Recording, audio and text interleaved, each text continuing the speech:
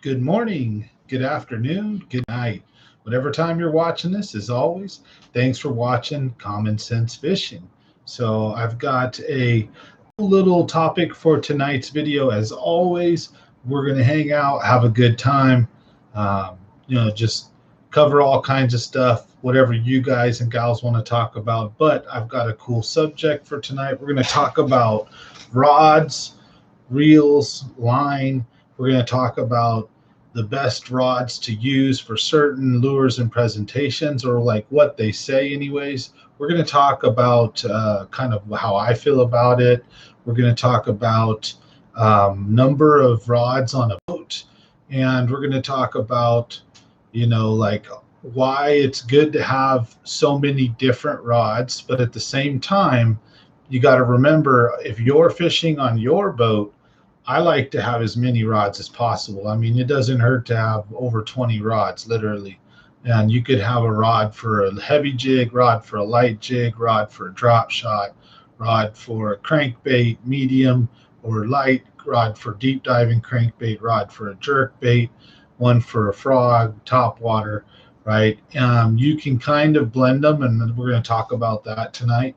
But everybody, I highly recommend that you do what's comfortable for you. So if you're one of those guys that likes to pick a rod up, put a rod down, pick a rod up, and change tactics and fire away with one lure, 10, 20 cast, and change to another one. That's good to have all that stuff at your disposal, to have it prepped out, laid on the deck. How's it going, Anthony? Nice to see you on the video tonight. Smash that like button if you get a chance. We'll have to set something up, maybe get to go fishing tomorrow. So work's been crazy, but hopefully it'll be.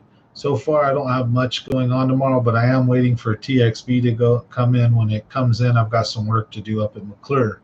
When I do that, I think I'm actually going to go fish too. So anyways, tonight's video, we're going to be talking about matching up rods, reels, lines, lures, all that good stuff to the best of my ability. I'm not going to act like a pro. I don't have all this memorized. We've got a couple of sites up.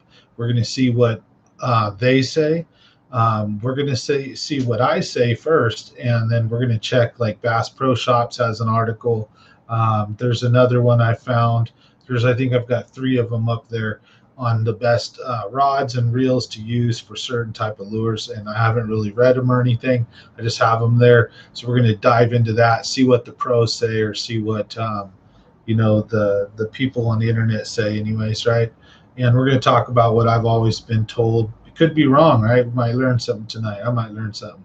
So I always preface this with, I don't act like I know everything, and I'm not a guide or a pro, but I'm just out here having fun, trying to share the experiences and the fun and the catches. And then on these live streams, trying to have a good time, talk, hang out, and try to pass off as much information as we can to each other as well. Not just from me to you, but from each other on the chats, the live streams, all that cool stuff.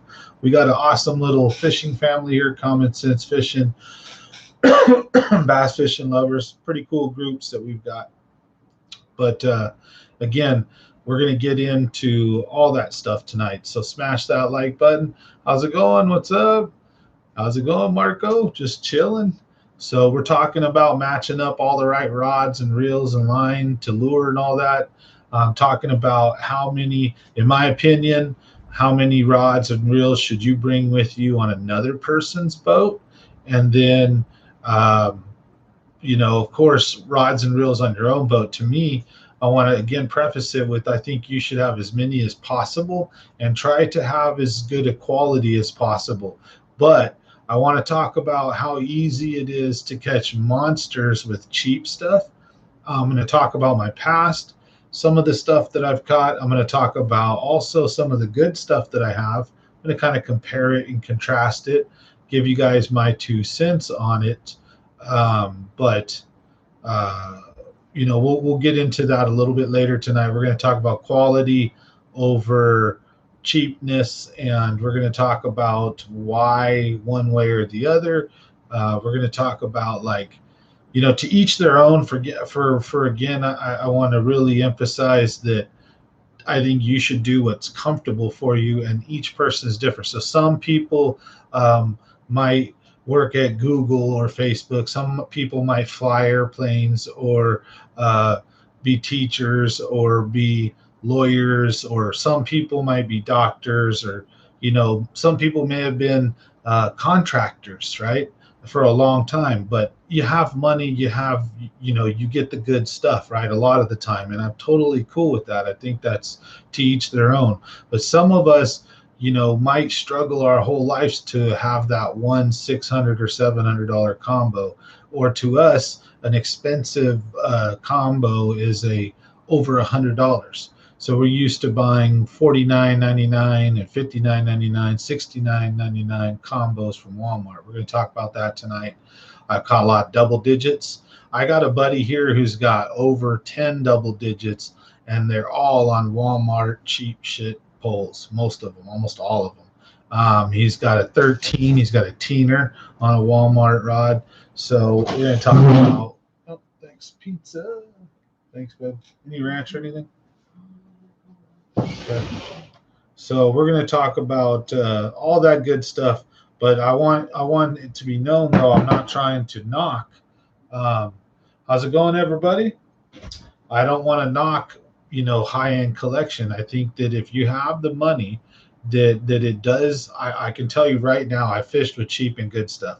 I'm going to tell you, if you're fishing with the good stuff, it is a lot better. It is more comfortable on your wrist, more comfortable on your hand, more sensitive. So I'll talk about that real quick. I was using a $300 glass crankbait rod, and I was using a deep diving crankbait on it, which I probably shouldn't have been, because the rod wasn't rated for that kind of lure. I should have been using the next size up. I was using the rod that was great for like a square bills to maybe a medium at max. And so anyways, point being, though, because of that rod and the high quality of it, I caught the tiniest of little nicks and bites and was able to set the hook and catch a double digit because of that. And I do not believe I would have even realized I had a bite had it have been a cheaper rod. And if I hadn't set the hook, the bass had the crankbait all the way down its throat basically, but it barely bit it, because it was matching the same speed at which I was cranking. So all I felt was the line nick on the lip. That's it. And I know for a fact if I would have had a cheaper rod, I probably wouldn't have felt that. But by luck, I might have still caught it whenever the bass would have changed speed, slowed down, or make a turn, it would have loaded up. But I felt the bite. I felt this little tiny, and it was over the open, and I know I shouldn't have been hitting anything, so I know it was something. So anyways, how's everybody going? Where are you located? I am in California, brother, Central Valley. We fish everywhere from Northern California down to almost Southern California. And I try to talk about bodies of water that are relevant to almost everywhere, because we've got some smallmouth, we've got lakes up in the mountains, we've got coastal stuff, we got desert style stuff, we've got deep, shallow, a lot of stuff here. So how's it going, everybody? Nice to see everybody in the house. Smash that like if you guys get a chance. But we're talking about rods, reels, line, and how to match them up. So again, I was finishing off with saying that if you can get the good stuff, it really matters. Okay, I want to start off by saying that. So like if you're going to get a drop shot rod, a high quality like a Dobbins or something like that, or even better, is going to be a much better rod for you than some cheap, similar action and power and length rod, but like a cheaper version. It's going to be lighter, it's going to be more sensitive. But if you're really in tune to fishing, you're still probably going to do almost as good with the cheap rod. However, with the more expensive one, it is going to be more comfortable. You'll feel everything. And in the end, it may mean the difference between double digits. It may mean the difference between winning checks in a tournament. It may mean the difference. So if you have the means, I think that it's good to get good stuff. We're going to start out by saying that. But for everybody else who doesn't have the ability to consistently buy or have, $600 or $300 reels and poles and they're shopping at Walmart or they're buying used stuff online, stuff like that. Um, for those people, I tell you that it's all about time on water. It's all about throwing the lures. It's all about getting your line wet, and you are going to get some fish, period. Yeah, you know, it's going to be easier with higher quality stuff. But for one, too, if you're a learner, you know, if you got the money, go good. But if you don't, it doesn't hurt to learn on some basic junk, right? And then when you've got the basics and you've got the motions down, nice. And Tracy, buddy, nice, cool. Thanks for being in the house tonight. I fish the Delta all the time. So if you've got the quality stuff, you know, it's going to help. But if you don't, and you can't afford it, it's a great place to start. You know, match the right stuff up basically. So start, you know, what are you going to throw? Are you bait fishing, you know, medium light rods? If you're not going for anything crazy, if you're catfishing, striper fishing, then you're probably getting super heavy giant rods, right? That is specifically for that. But if you're getting into bass fishing for the first time, or you're not that new into it, but you've done it for a few years, you know, it doesn't hurt to break in and learn with the cheap stuff. You know, go buy a black max, a red max, a silver max bait caster from Walmart. Go buy a Jimmy Houston hog hunter from Walmart or whatever, you know, and learn on that stuff. And then you get the Daiwas, the really high end Daiwa, Shimano, the bait casting, you know, the glass rods, the really sensitive, you know, they've got, I think, what is it, not graphene, but there's like some new technology where the rods are even lighter and stronger that they're getting out now. So just there's some really high end stuff out there. So you don't always have to just, you know, go with the cheap stuff, but it doesn't hurt to start there. It doesn't hurt to use, you know, whatever you got. That's the point. The more you get out there and fish, time on water, it's going to up your game. You're going to learn things, and you're going to catch fish. And in the doing of so, if you're in the right, if you start learning and get better, get in the right places at the right times, you're going to start catching big fish. And so I've noticed that with, again, the higher end stuff, it makes it a little easier, but to each their own. So I want to know, because I used to talk trash a little bit in my videos, just like jokingly. Um, when we go fishing, I make fun like, hey, look, we're catching all these 4 and 5 pounders and these 3 pounders, and we're doing it with $50 Walmart rods. Like, ha ha ha ha. You know what I mean? But I always mean that in a way like, check it out, like excited about it, that anyone can do this. You don't have to have a $600 combo or $300 combo to go out and catch fish. Start and do you, right? But now let's talk about, for those of you guys who are into this, you're buying rods and reels left and right, or you're wanting to match things up and get things dialed in, got you covered. So we're going to talk about a couple of different topics. So we're going to start with the Bass Pro Shops one, okay, guys? Now, don't forget to smash that like button. So, and before we get into that, actually, I want to talk about my versions of like what I would throw, what I would use, and we'll see how it matches up. So, for example, we're going to start with some basic lures, types of fishing, what line and what rod and reel I'd use. All right, so if I'm bottom bouncing or finesse fishing or light top water with something like a weightless fluke or a rubber top water, finesse top water, things like when we were kids and we used to see spawning fish that wouldn't eat anything, one of the ways we would do is we would just break our stuff off and retie with just the hook and the rubber. And even if the rubber floated, the weight of the hook would always pull it down eventually. So we'd cast out and you just let that stealth back before we even knew about Senkos. We had a Sticko, but it kind of sunk too fast. We would literally leave the thing on the top and it might not even sink barely. And we just twitch it around and it might, in about 30 seconds, it might sink, 8 inches. and those bass would go nutsos for that stuff. So, anyways, finesse fishing, um, all the way up to about a drop shot. I think that it's good to use a medium light, uh, 6'6" to 6'10" rod, 6 to 10 pound test, and spinning rods. I don't like finesse bass fishing with bait casters. How's it going? I'm talking about rod and reel and line and stuff like that. Nice to see you on tonight. Thanks for watching. Smash that like button if you guys get a chance. So right now we're covering the part where we're talking about. So first I'm going to talk about my beliefs on it, and then we're going to see what some of the pros say, see how close they match up, because it could be wrong. So when you're finesse fishing, 6'6" or even a 6'2" to a 6'10" rod, um, medium light probably, maybe a medium, but I believe a medium light is better with a uh, anywhere from maybe 4 or 6, depends on your comfortability zone, your comfort zone. 4 to 10 pound test, nothing over 10 really for this stuff.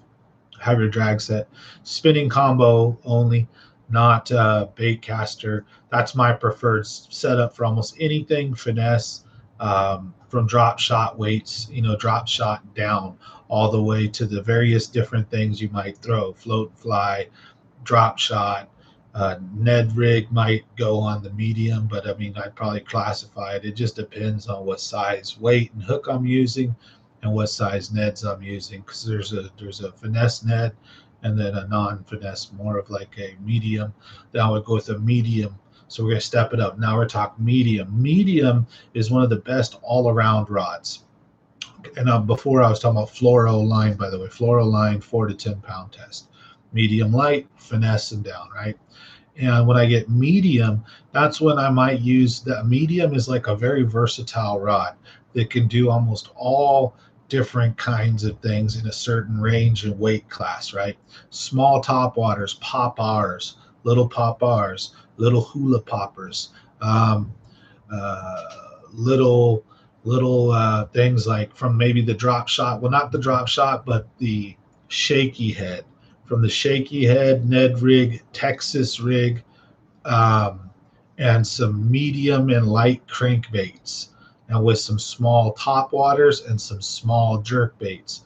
Medium with 8 to 12 pound test is my go-to, and then it's a spinning rod or a bait caster. Just quality kind of matters to me here, and a lot of times I do go with a spinning rod. However, I got plenty of medium action bait casters that I do use with about 10 to 12 pound test, more on the heavy side for things when I'm like Texas rigging, or if I'm shaky heading or doing certain things that I might be needing a little extra power for. So that's medium, right? Now, when we go into like really, an LV, a jerk bait, a spinner bait, or even, a big spinner bait, top water, and jigs, things like that, that's when we start getting into the medium heavy. And that's also a very versatile pole as well. It handles a lot of the bigger things, some smaller to medium sized swim baits, some top water, some jerk bait and reaction stuff, crank baits, as long as the rod action is good and your drag is set. Uh, and more like a deeper diving crankbait, a bigger crankbait. But again, there's really a lot more specific. So for example, a crankbait rod, a jig rod, you're going to want some different variations, like a jerkbait rod, differences on your actions, your tips, all that. But that's where I'm going to be very honest. So I like to check up and do a little research before I buy my own stuff. So I'm not going to spout like I have it all 100% burned into the brain on exactly what lure needs to go with what action and all that. So, but I kind of lump them together in categories, right? That's why to me, there's about 4 or 5 different rods, and I don't need to have necessarily 20, but I kind of do. We're going to get into that. I like to have about 10 or 12 rods, 6 on each side of me if I could. And I think that would be the perfect number. I want to talk about what's the perfect number to bring on someone else's boat, because yes, I'm going to say it, you're a freaking jerk if you show up to fish with somebody and you've got like 20 rods in a giant bundle and you're taking all this room in their boat, like you're on someone else's boat. That's really not a cool move, to show up with like a giant tackle box or a giant backpack or two of them, like a bag and a backpack, and like 20 poles. Like, dude, like if it was your boat, cool, you'd have all your lockers, all your stuff, especially if the guy you're fishing with has a medium to small boat. Everything's different, right? If you're fishing on this monster 21 footer, everything's different. So you got to kind of take things into consideration. So if you're fishing with somebody who's got all the room in the world, a monster boat, monster deck, monster storage, ask them, hey, do you mind if I bring 12 rods or 20 rods? Then cool, that's awesome. But if your dude's got a 17 or 16 footer, and there's relatively little space on the boat, you don't show up with 20 rods. That's very disrespectful. So I think, etiquette is real important to understand. So for us guys that are into having a ton of rods, when you go on someone else's boat, I think 4 to 6 rods. 6 is probably the perfect number. 4, if you're really considerate and you're just, the body of water that you're going to fish and you've got already in your mind a plan, you can have 4 or 5 rods, and bring up to 6 or 8 even. But you show up with just a big giant bundle and it's like, come on now, there's only so much room in the boat, right? So I think it's important to understand a little bit about the boat etiquette. Talk to the person that you're going fishing with. Do they have ice chests? Can you bring one? Can you put your food or drinks in their ice chest to save room? Do they have storage? What kind? Can you bring a backpack? Can you bring this or that? Get comfortable. That way you can bring everything that you need. Because let me say that preparedness or success favors the prepared, not the dude just winging it usually, right? So bring as much as you can and have as much as you can at your tips so you can change and do stuff. But each situation is different. So, yep. Nice to see everybody in the house tonight. Hey, Curtis, pleasure seeing you on tonight. So exactly, I think that, there's some rules that it's cool to get, to get kind of established that if you're fishing on someone else's boat, it depends on the size of the boat. It depends on all kinds of stuff. So, and I don't want to tell anybody how to fish. That's just on my boat. I prefer you bring 4 to like 6, maybe 7 at the most. 6 to 4 is like the perfect, if you show up with 6, I ain't going to say nothing at all. But if you show up with 4, I'm going to be pretty impressed. Like you didn't bring a ton, either that or maybe you don't have a lot of stuff. But when you show up with like 12 rods and you only use 3 or 4 of them throughout the day, I'm like, told you. And then they almost get broke or stepped on, or there's just a lot, because my boat's pretty small.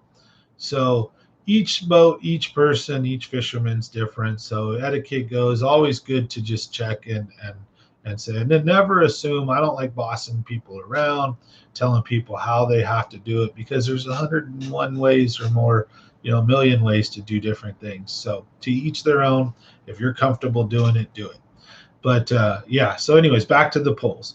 So once you start throwing, once you start throwing frogs, once you start throwing punching stuff, once you start throwing giant swim baits, that's when, you really need to get into them heavy action and even extra heavy, the big boy rods come out, 8 foot plus, 9 foot rods,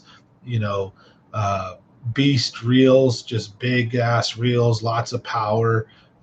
Some of them you actually want to use this kind of slower reel on. So it just depends, on what lure you're using, whether you want a high speed, medium, or low speed, because each one's going to have different power, different functions to it. So like if you're using a jerk bait, nah, dude, 1 backpack and 3 rods is cool, dude. So it's just about like, how do you say, respect for others, and then each and their boat too. So like if the boat is big and giant, somebody might say, dude, bring all your stuff. And then cool, bring all your stuff. Be prepared, be ready. It's great. That's all good. But if you got a guy with a 12-foot aluminum boat, and you guys are like in little chairs cramped, you probably want to bring two or three, a spinning and a bait casting. That's about it. Maybe three, maybe two bait casters, or if it's especially if you're in a raft, like how I've been in a raft before. So I mean, whatever you're fishing in, this is going to dictate what's comfortable with being in there. So with my little boat, I only bring so much. But if it's me by myself, I have 20 rods. I have a bunch in the back. I have a bunch in the front. I have them sticking out every other way like this. I don't care. I'm walking around. I don't catch my stuff. But when someone's with you, you really got to organize it. And that's where I kind of suck a little bit. I get all in my dome and in my zone, and I'm out there fishing. I leave poles this way, that way. I forget. I go, oh, I got someone in the back with me. Oops.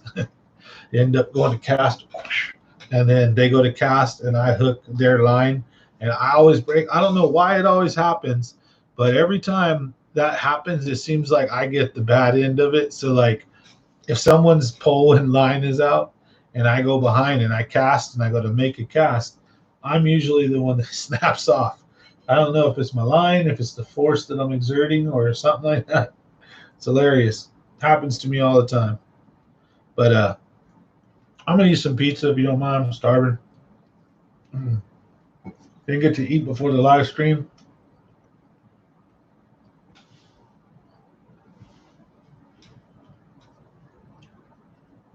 Got some yummy Mountain Mikes. So, but like Curtis said, use a rod mule. That helps to wrap them up. But now line. A lot of guys use mono for lures with treble hooks, for some give and for some stretch. Now, one of the other things is I've always heard, this is what I've been told, not to use mono for walking baits. Or is it to use mono? There's one of them. Is it jerk bait or I don't know, one of them. I know fluoro, I think the line sinks. So sometimes, yeah, I think it's fluoro. My bad, I got backwards. The line can get hooked up in the trebles, so like you can pull your lure into the line can sink. But if it's mono floats. So certain line will get tangled up, like braid and fluoro will get tangled up in your hooks a little bit. So there's some drawbacks. But anyways, most guys use mono on their treble hook lures for stretch. That's what I've always been told. Fluoro for things, finesse, bottom bouncing, for sensitivity, and braid to whatever leader to do two things: to either increase sensitivity, casting, or mainly to act as a backer so that when they run out of their leader, they just retie more onto the fluoro so that when the line's half empty, they're not like, they don't need to just rip it and throw it away, because they just do a uni to uni, a blood knot, or whatever, Alberta, whatever your favorite knot is. And, two joining line. I use a uni to uni. I don't, know what most other people use. I'd assume it's probably something similar. But, you just use the braid as backing so that when you lose that, you just have to retie on some more, and you can use a spool many times more over, instead of when you go through half of your spool now you're short, so you could get spooled. If a big fish gets you can't cast really far or deep, so you got to rip all that out, throw it away, and then re-spool if you're fishing with completely one line. That's why a lot of guys do that.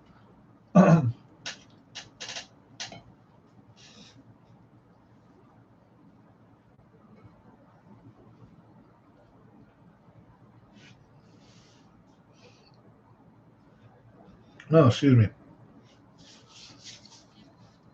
Now, I used to be against that. I used to basically fish one single line, and I still am kind of like that. So if I'm gonna fish braid, the whole thing's braid. If I'm gonna fish fluoro, the whole thing's fluoro. If I'm gonna fish mono, whole thing's mono. And I still kind of fish like that a little bit, but I've gotten over my dogma of it, my stigma of it, and because the main thing is I've always just feared a line to line knot. I don't like doing that because it's just one spot where you could just lose a fish. And I've seen a lot of my buddies lose monsters on line to line knots, but maybe their drag wasn't set good. Don't know. So I've been experimenting and playing with it, and it seems to be so far working out pretty good. So, um, but for certain actions and lures, I prefer to definitely try to keep it all one line. And also depending on whether I'm trying to bomb a cast or not, because I don't really like having that leader out for long. But I've tested it and got a few fish like that. So, like I said, I'm doing that more. But that's just the way that I fish. So let's see, what do the pros say? What does everybody else say? What line does Bass Pro Shops? And let's see. So who wrote this? So Justin Hoffman, one of Bass Pro Shops, like expert writers or something.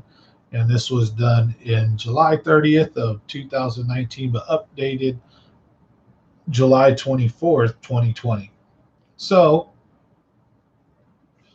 we got pitching and flipping, buzz baits and spinner baits, topwater fishing, frogs and toads, crankbaits, drop shot, shaky head, and then skipping docks. So they say the best rods for flipping and pitching for fish are like about a 7.5 foot fast action, heavy power rod and a casting rod. They said the Bass Pro Shops Johnny Morris Carbon Light 2.0 is a popular choice. Obviously, that's a Bass Pro Shops rod. I have to say, I had that rod. I had two of them, and they're very good rods for stuff like that. I've actually used them for LV 500s, jerk baits, and yeah, like flipping some stuff like jigs and stuff into wood and on rocks and stuff like that. So best rods for fishing with buzz baits and spinner baits. They say a 7 foot bait cast rod is an ideal choice for tossing buzz baits and spinner baits, as it will provide better casting distance, leverage, and the ability to pick up line quickly. A fishing rod that is an absolutely awesome with outstanding sensitivity is the Bass Pro Shops Crank and Stick Split Grip EVA casting rod. That's funny they call it a crank and stick, but he's telling you to use it for buzz baits and spinner baits. So 7 foot, fast action, and a medium heavy. So not quite as much power on it as the flipping and jigging rod, or the flipping and pitching rod. I know you want a longer rod for flipping and pitching. I'm assuming they want heavy power to pull fish out of cover and to winch them out of stuff, right? So, and then top water, you probably are assuming you don't necessarily need to do that. The fish is on the top. Best rods for, and you need the bait to kind of load up, I think. So best rods for top water fishing. This guy's saying a 6.5 foot rod in either spinning or bait caster, right? So we used to use spinning rods a lot. And they like the Johnny Morris Carbon Light 2.0 spinning rod for top water, or they say a bait caster as well. But 6.6, they say moderate with a medium power. So remember I was talking about that medium action being great for some top water, crankbaits, all kinds of different stuff.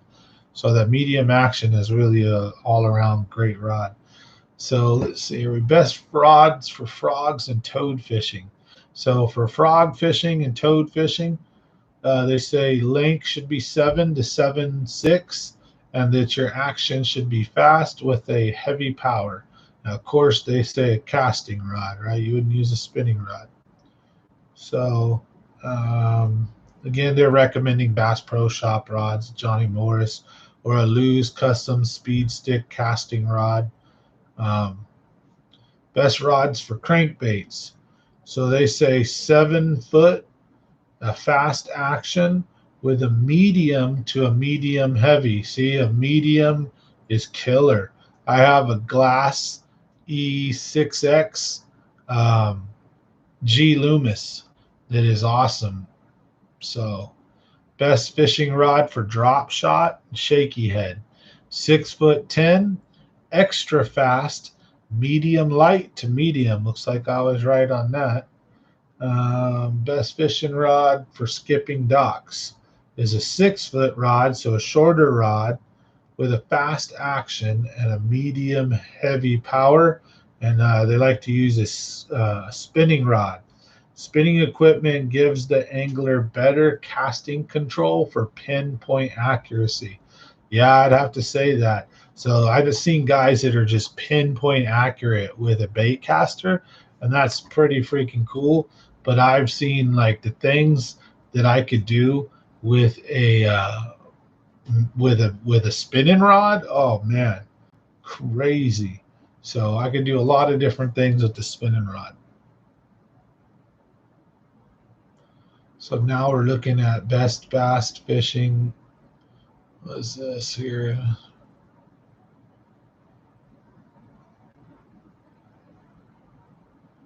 Ideally, your boat would be loaded with a wide variety of rods, having a designated rod for every lure you fish, right? You could.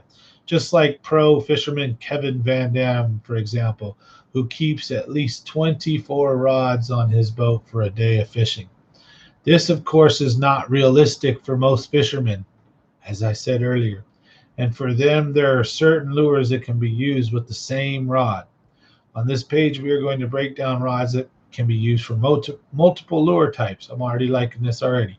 But there are some rods that you simply can't multi-purpose. For instance, you would never fish a jig with a crankbait rod or vice versa. No, but I would multi-purpose and fish a jig with like a jerkbait rod or something with a little more backbone. All right, so let's see here. Yada yada. How you guys doing there in internet land tonight? I'm trying some different stuff tonight. We're reading from a couple of different websites. So right now I'm on Best Bass Rods, selecting the right rod for the lure, and it's bestbassfishinglures.com. I just read from you guys before one source from BassPro.com, and then we've got YourFishingGuide.com. So we've got some cool, interesting information here. So I'm hoping this isn't too dry and boring for you guys and gals.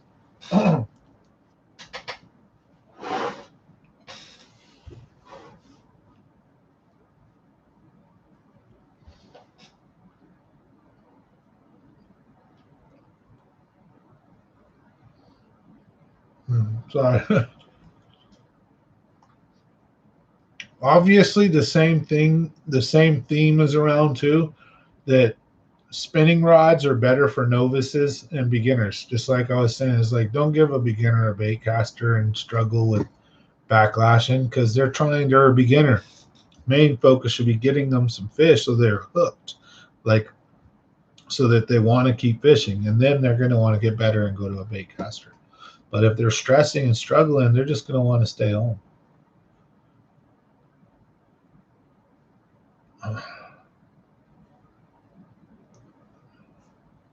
Obviously, they say they're specifically known for their role they play in fishing finesse lures. Spinning rods are simply better for handling lighter lines and lighter lures. Your typical spinning reel used for bass fishing will be one of three sizes: 2,500, 3,000, or 4,000. And yeah, that's the different kind of line they can hold. So these reels typically hold line in the range of 2 to 14 pound test. Any of those three reel sizes are able to cast heavier line, but this one braid becomes a much better option. So anyways, let's look at that. Spinning rods work really well with the following lures, but preferably in smaller sizes. They also work really well for skipping baits and are a much easier option for someone learning to skip. Soft plastics, finesse jigs, poppers, walkers, jerk baits, and spinner baits. Okay, casting rods. These rods are a little more advanced. Yeah, we know that.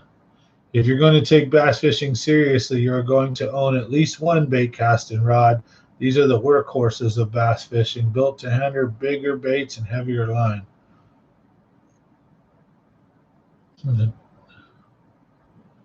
Rod ratings: length, power, action, lure weight, line weight, and additional features. So generally speaking, a longer rod will give you a longer cast, but if you don't have the clearance to swing a long rod, you are putting yourself at more of a disadvantage than you would with a shorter rod. A shorter rod will also give you a more accurate cast, so you need to first decide what is more important for this rod: distance or accuracy. So if you want accurate casts, you go with a shorter rod. You want longer casts, you go with the longer rod. But what selecting the best rod length mostly comes down to is where and what you plan to do most of your fishing from, more specifically boat or shoreline. In most cases, shore fishermen that are fishing in tight quarters are better off using shorter rods. On the other hand, a fisherman fishing from the deck of a bass boat is in a much better position to use longer rods, anywhere in the 6.5 to 8 foot range. Let's see here. When fishermen fishing from small john boats or kayaks are better suited with rods in between those two extremes. So medium rods, right? Not short, not heavy. So power of the rod, we know this. We got micro light, ultra light, light, medium, medium, heavy, heavy, and then I think they got extra heavy, right? So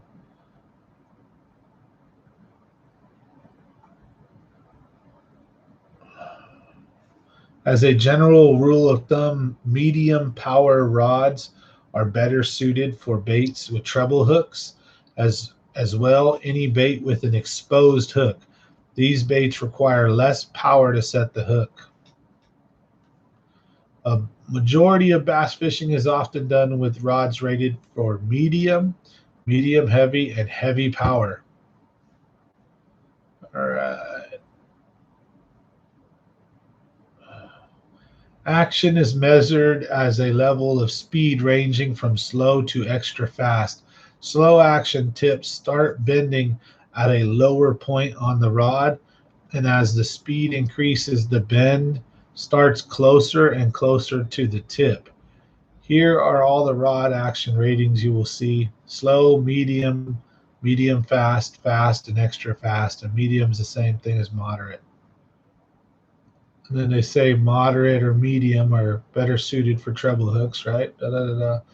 Faster tips, like fast or extra fast, are better suited for Texas rigs, jigs, and other weedless lures like these. The faster tip gives the rod better sensitivity for fishing these style lures, and the stiffer tip helps for hook setting, right? Lure weight. So most bass rods have a lure weight, right? So what kind of lure weight they should handle, like basically telling you that this rod is really not is meant for lures between these many ounces and these many ounces, not meant for you to be chucking big swim baits on or whatever, right? On a medium.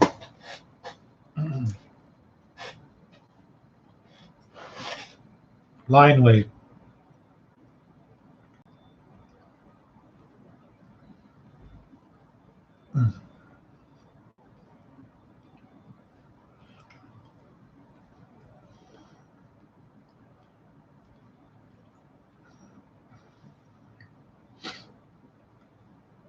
Obviously, pay attention to the line weight size. It just, if you have too heavy of a rod and you're trying to fish too finesse with it, you're going to snap off a lot.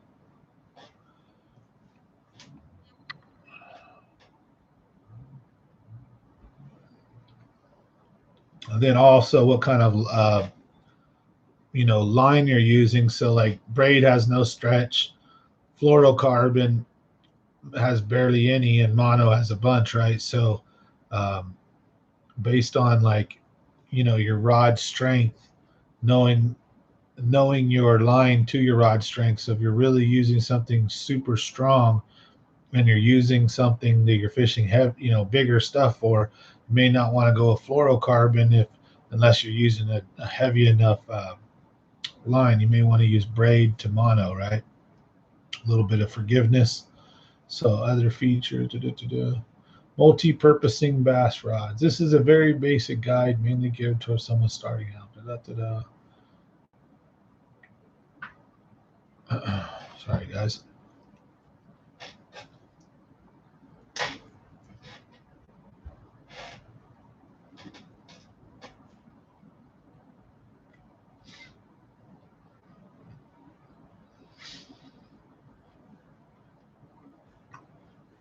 Excuse me. All right. So we're going to get on real quick, but so this one talks about making sure you have multiple rods on the boat for one, just so you can change your lures and your tactics.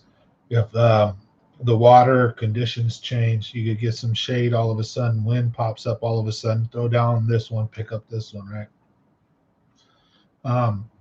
Having multiple rods allows you to do follow-up casting. For example, you're throwing a topwater and you get a massive explosion on a whopper plopper, then your next cast shouldn't be with another whopper plopper.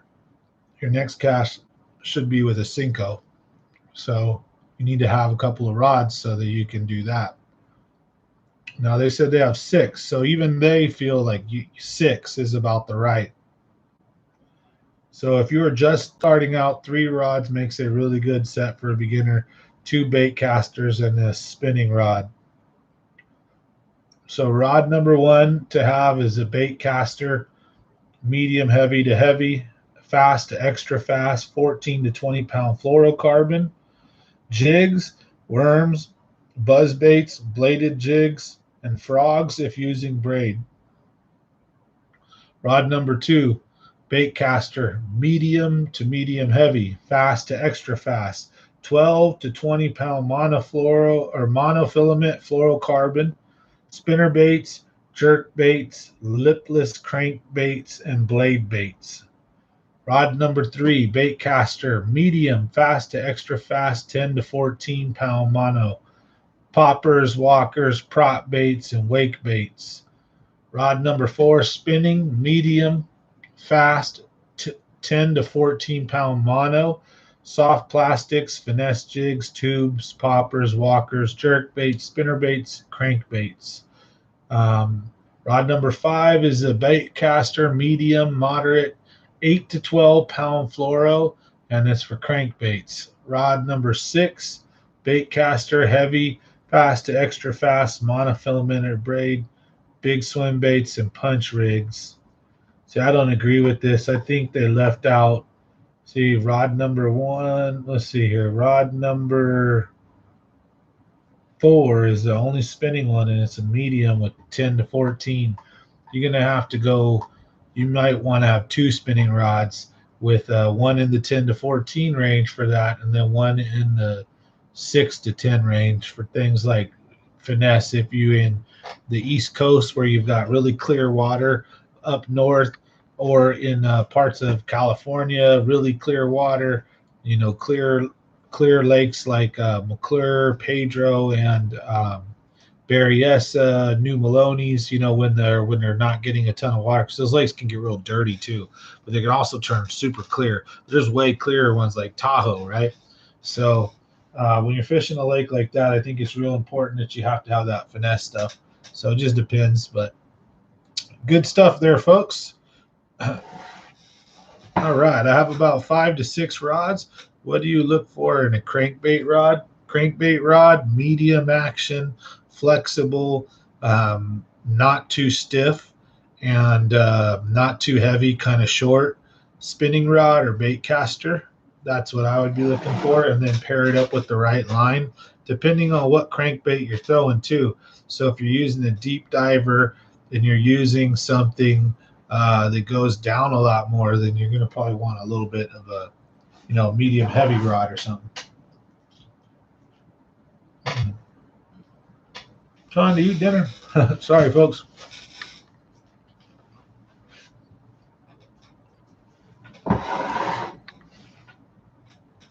But you can really literally try to dial in and find the perfect rod for every lure.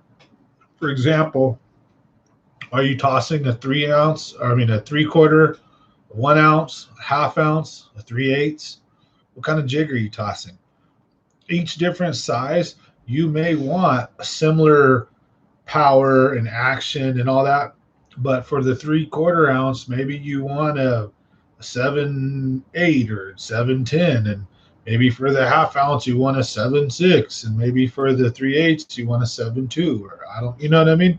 I'm just using an example, not saying that's how it should be, but for you literally could have a rod and line combo for almost every lure that you threw. So, but 99 out of 100 of us can't do that.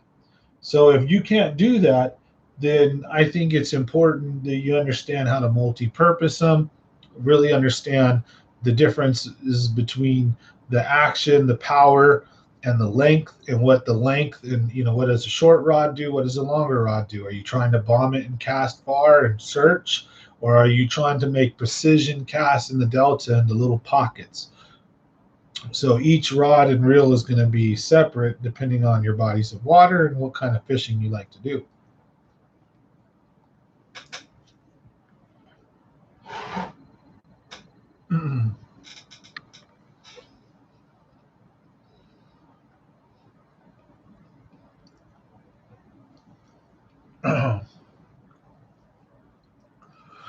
I would expect that it's semi-true, Charles. I'm sure their lakes are a little bit low. I don't think they'd be at bursting at full capacity, but there's also a way that kind of works. So let's explain. If like New Maloney's is above Lake Tulik, and then out of Tulik comes is it the Stanislaus, San Joaquin, well, I don't remember, one of them, river that comes out of Maloney's and then into Tulik. Maloney's feeds Tulik. Tulik then becomes the river that goes into the delta. Now, there's no lake underneath Tulik, right? And then goes into the delta. So when you have a chain lake or a chain setup like that, Tulik is always full. Not all the time, but a lot of the time, Maloney's is draining, Tulik's full. And they have to keep the water going for the river. So Tulik benefits on that. And if Maloney's gets dangerously low or gets low, it's still usually got to run hydroelectricity. So they got to run water to generate power.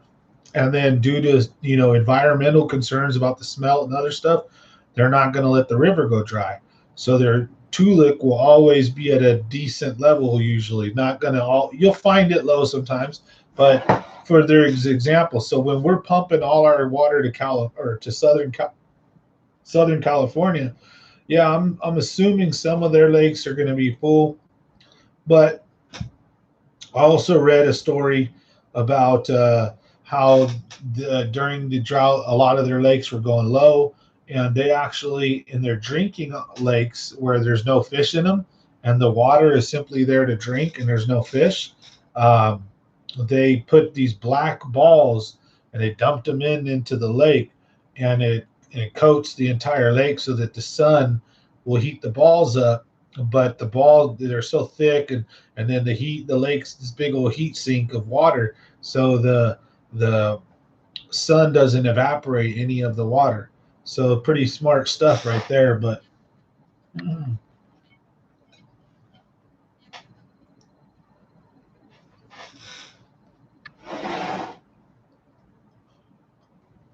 I could easily, hey, how's it going?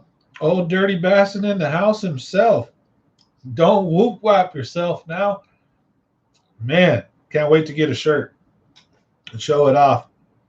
Old Dirty Bassin here, also known as Vince / Virgil, the baddest dude on the planet, or one of them, one of Common Sense Fishing Crew's close friends there. He's made a shirt that says something about whoop whap. I can't wait to see it. I went to Lake Comanche. There's no water in it. Don't go there. I'm not. That's what I was saying. So on my other live stream, I was saying I think a lot of guys are going to be fishing the Delta heavy this year. I think a lot of the lakes are dropping, so guys are hitting the Delta big time. So a lot of my Delta videos do much better than the lakes. So if I put a video out, McClure, all the guys local watch the video, local McClure fishermen might get some other random people to watch it. But when you fish the Delta, that gets everyone's attention. Even if you kind of suck, they just want to know what's he doing. Even if okay, that if I'm going out there and I think I'm having a great time, yay! And I catch a bunch of 2s and 3s, and they're like, well, that's not what I want to do. I'm after 5s and up. Well, then maybe watch the video to know what not to do or where not to fish, right? So the Delta just attracts a lot of stuff right there. Plus, like I said, I think with the lakes going low, Delta is going to be the go-to this year, all of this fall. I predict from September till October, the Delta is going to be heavy fished, heavy fished, as these lakes are going to shut down one by one. They're closing. There's not enough water. They're dangerous. So unfortunate.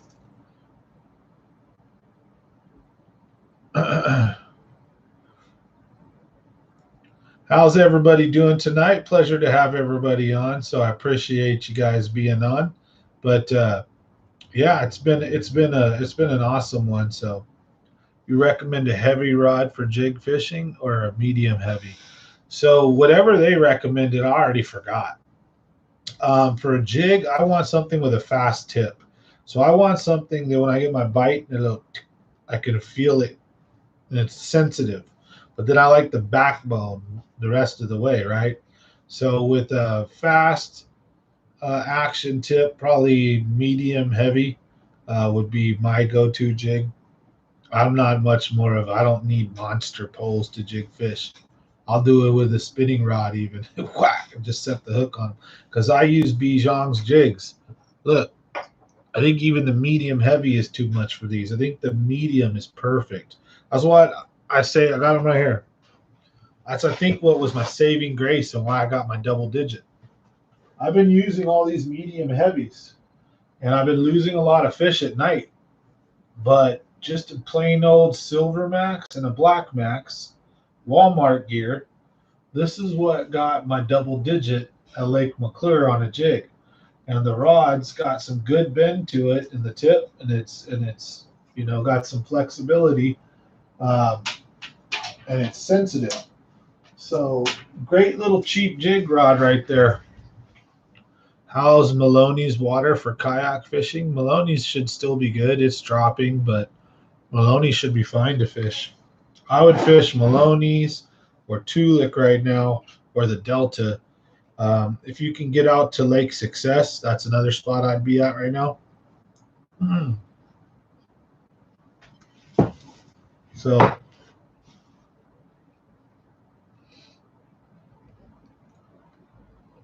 we had Vintage Tracker on in the comments last night talking about catching 6 and 7 pounders out there, but I don't want to blow the lake up too bad. But we only got 5 people on right now, so it's not like everybody's going to go crazy. And I doubt the live stream will go viral all of a sudden. But yeah, the idea is we don't want to blow the lake up too bad, but I really want to get out to Success and fish it sometime this year. He said it's very low there as well, though, but I would greatly really like to get up to Success. Like I said, Tulik is full. Tulik's been banging out big fish right now. So evening, Jeff. Nice to see you on. So yeah, Tulik's been kicking out some hogs. Success has been kicking out some hogs. Amador has been kicking out some hogs. So there's a lot of these, and Maloney's has been kicking out hogs. Pedro's been kicking out littler fish right now, and so is McClure. They're starting to get better, though. So, having a good time out there. Catching numbers in some of the lakes. And still, some of them are tough. McClure can be a tough lake right now. So last year at this time of year, I was caught 130 fish with my daughter throwing Ned rigs. So I'm going to get back out there, and probably sometime next week this week I'll be fishing McClure. I've got a job I've got to do up there, some heating and air conditioning repair stuff. So I'll be up at McClure probably doing a little bit of fun fishing sometime this week. And then stay tuned for a cool Delta video coming out probably tomorrow or the next day. As always, members will get it first. So all you members out there, appreciate you guys for being part of the channel. So you guys are going to get access to it first, as always, for probably 48 hours or so. Then we'll release it to the public. And don't forget, we also have another members giveaway coming up next month. I'm not doing any channel giveaways next month. We are doing another bass fishing lovers giveaway on the Facebook page, because that damn channel is blowing up insane. It's already almost 8,000 members. And I can't get, I'm like, come over, come say hi. Come over to the YouTube channel. Come drop a subscribe and a like. But you know how it is. I don't care. I'm having fun. So the Bass Fishing Lovers has been doing pretty good. We're going to have a giveaway there. But for you members, you guys get one every month. So big shout out and thank you to you guys. You guys get all the early videos. Summer's winding down, so we're going to get heavy into the toy drive. Videos are going to be picking up big time again, and the content should get a lot better. Hopefully you're going to get some visitors so we can do some guests, cover some topics, and argue and yell at each other. And you guys can jump in and, you know, feel free to toot your guys' little 2 cents at us and toot your horn or whatever. You know, say something in the comment, you know, have fun. So I'm looking forward to some cool changes here soon. Just bear with me. You guys are awesome. So thank you guys and gals. All that's going to be coming soon. Good things take time. So I'm making sure, excuse me, I'm not trying to rush all this stuff. So focusing 1 week at a time, doing my heating and air stuff, and trying to get out at least once a week, if not twice a week, and do some good quality fishing. So that is, you know, still happening. I've got a trip I've got to plan sometime this week. I got to get out of here. I've got to, you know, I've been looking at Success big time, so I'm thinking I'm going to go up there sometime this week. So we'll see how it goes. Yeah, medium heavy Dobbins Fury. Yeah, that should be perfect, especially if it's a bait caster and not the spinning series. But spinning will work too. So I use a spinning rod for a jig. I'm just going to use 12 to 14 pound test and use a bigger reel size. But I've used a spinning rod for jig for years. Caught a 6 pound spotted bass on a spinning rod with a jig at Lake McClure. Throw in a watermelon jig with a little trailer at the dam, and having at the literal dam and letting the jig tumble down. I had an old timer tell me that was a little a secret technique to do. I don't remember if he said summer or a certain time of the year, winter maybe. He said that the bass, they go there because it gets the sun all day long, and they stack up and they sit right there. And then if you just, and they'll be at different depths. So you throw the jig, and because of dams like this, you don't even have to work it. You just toss it up there and just slowly reel your slack in. And underwater, the jig's just tumbling slowly. Really great tip, and it caught me a monster.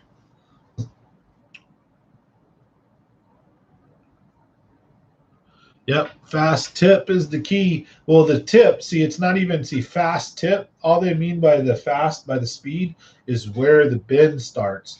So if the tip's real stiff and it bends, so here's your pole, right? And let's say it bends, that might be a moderate, right? It's bending right here like this, and then this might bend, but the pole's doing that.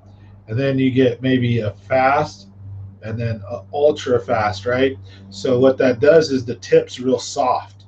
So when you get bit, you'll it's real sensitive, tick. But then the rest of the pole is strong. So like Virgil's saying, when you set that hook, it's gonna have much more oomph to it. So he's exactly right. But the speed, the action just means where it bends in the tip. And so, for example, like a moderate or a medium where it bends in the middle, that's what you want with a crankbait, because you don't want something that's too stiff right here and flexible right here, because then you get bit, it loads up, and then it can't bend it. You know, almost snap your pole and then pops off. So you want that bend to kind of happen in the middle with a crankbait. Each setup's different.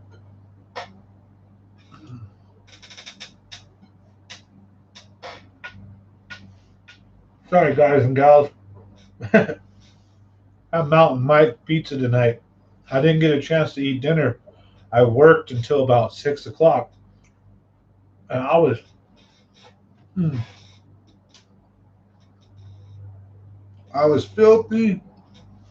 Woo. I was a dirty boy, dirty all over my hands, my face, all this muck and dirt, oil and grime, WD-40, all this just. Ugh. It was a tough day today. So, attic insulation all over. I've been under homes, over in attics, and on roofs, changing motors and parts. And man, today was a rough one. I was super sweaty and stanky when I came home. Like not stanky, but just sweat. I don't get swamp ass. I make sure to keep that clean. Forget all that. I tell you what, anything worse than that. Working with somebody who stinks when they start sweating. Oh, I hate that.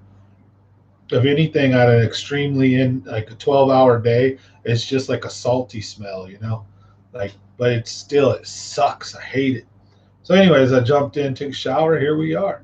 So I didn't have time to eat, so I'm stuffing some pizza in here and there, just trying to get in where I fit in. Yeah, yeah, I appreciate you guys. Exactly. So, but on from the yapping about the food to the fishing. So, yeah, the type of pole that you're using is real important. The line is important. Now, one thing I don't think we talked about, which I'm not very, to be honest, I'm not very like knowledgeable in. So let's look it up. So I'm no, well, I'll guess, and then we'll see if I'm right. Right. So I don't know. Um, let's go here. Let's go to Google because I use Bing usually, but because again, I hate the big overlords. So I try to support the little guy, but just they got a monopoly on good searches. Unfortunately, they do. So,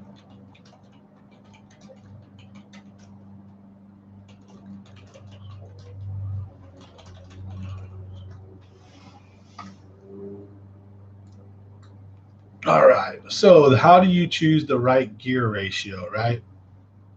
That's that's uh, that's the whole clue here. I'll be very honest. I've never really.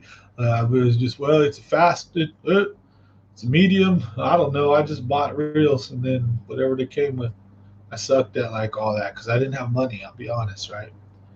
So how do you choose the right reel? So this is from Marty Robinson from Bassmasters. So a slow reel is the ideal choice for most crankbaiting.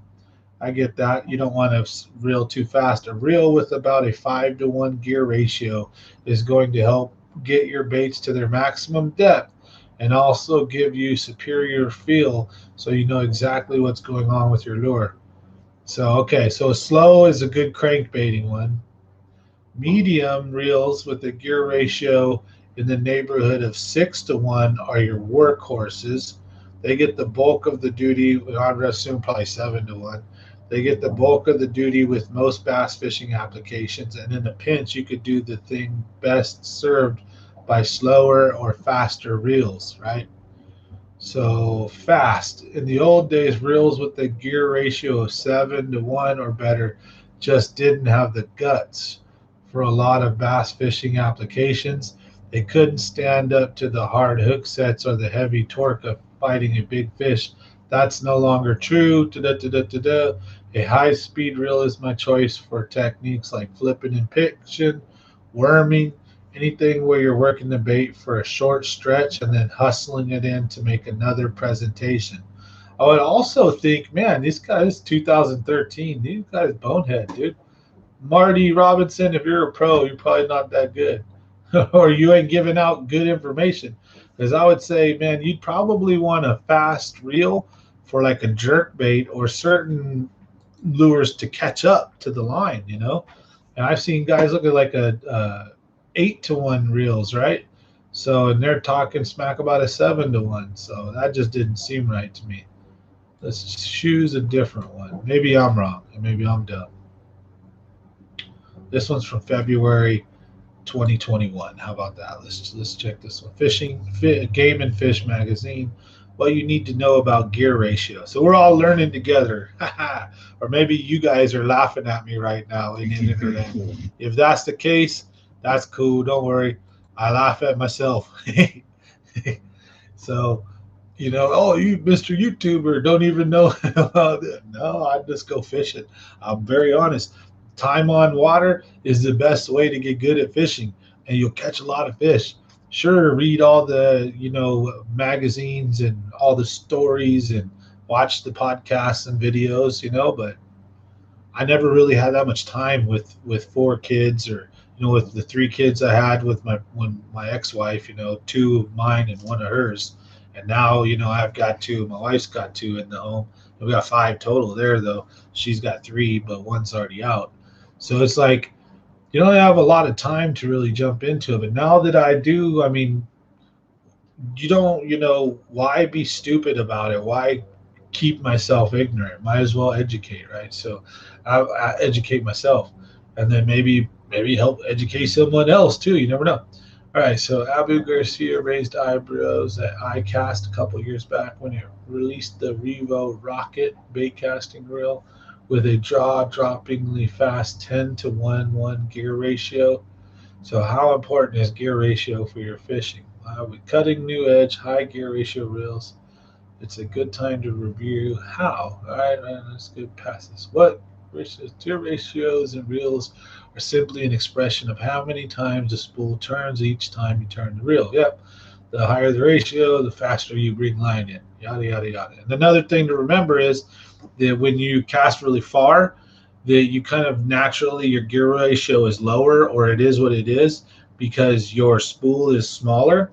And as your spool gets bigger, that gear ratio changes now, because the gear ratio may kind of be the same, but the amount of times that the line goes around the reel is different, because the line with one turn may go around a spool that big 3 times. And then when the line's filled up in the spool and the lure gets closer, one turn may only go around the line a time and a half. So if that makes sense. That's why they say with a bait caster that when you cast, the closer your lure gets to you, the slower you reel. And it maintains the same speed. But let's see here. All right, low gear ratio applications. Slow reels in the 5-to-1 range are often the top choices for anglers fishing deep diving crankbaits, slow rolled spinner baits, and big swim baits. The slower uptake makes sense in these applications because they allow the bait to get down.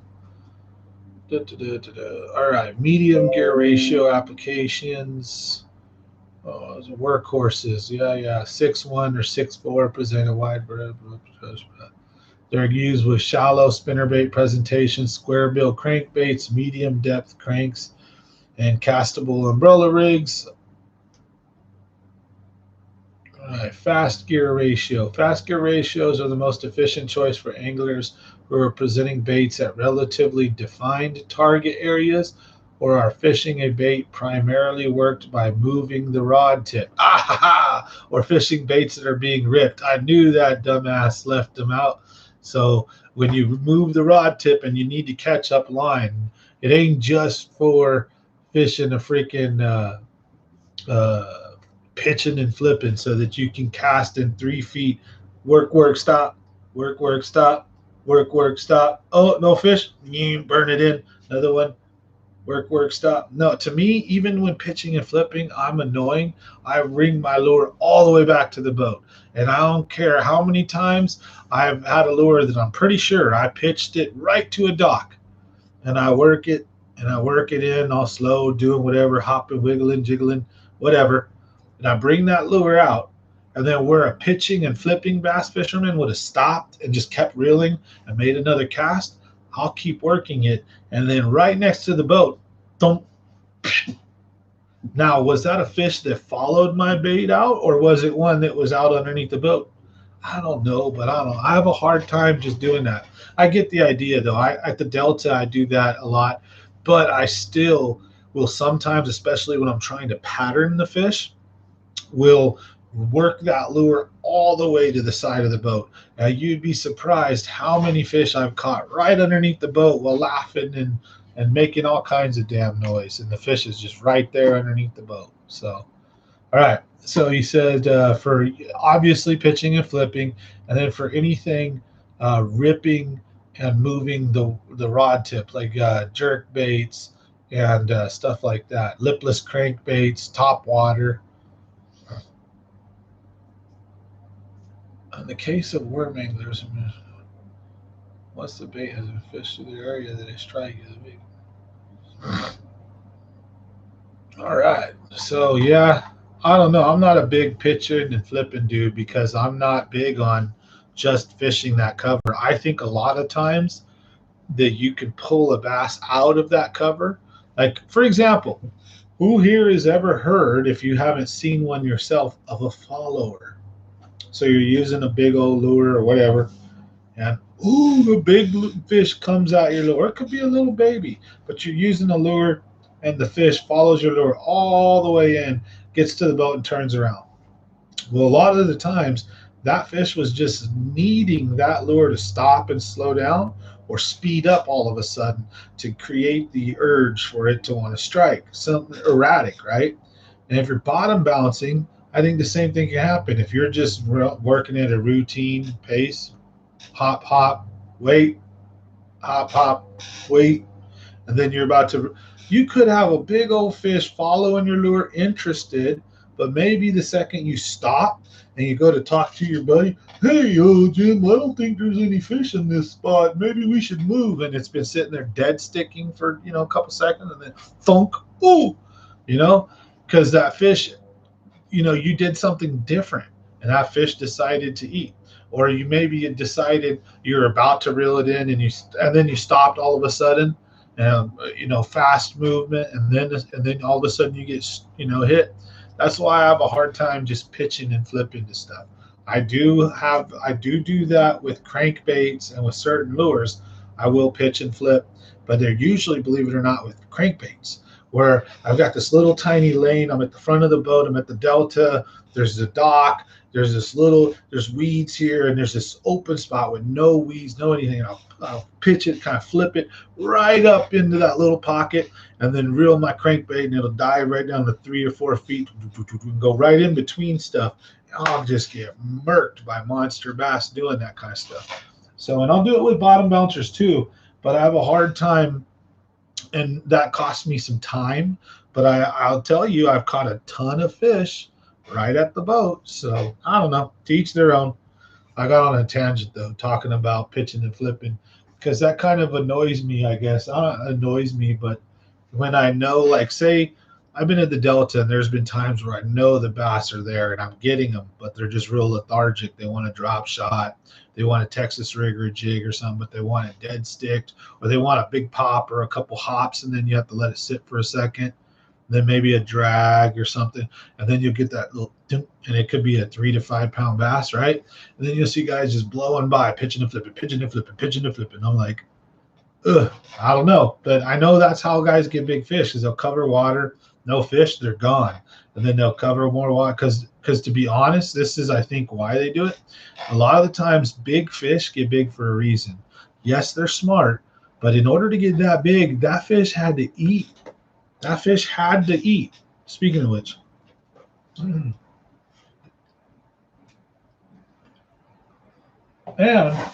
that fish had to eat every day, almost, right?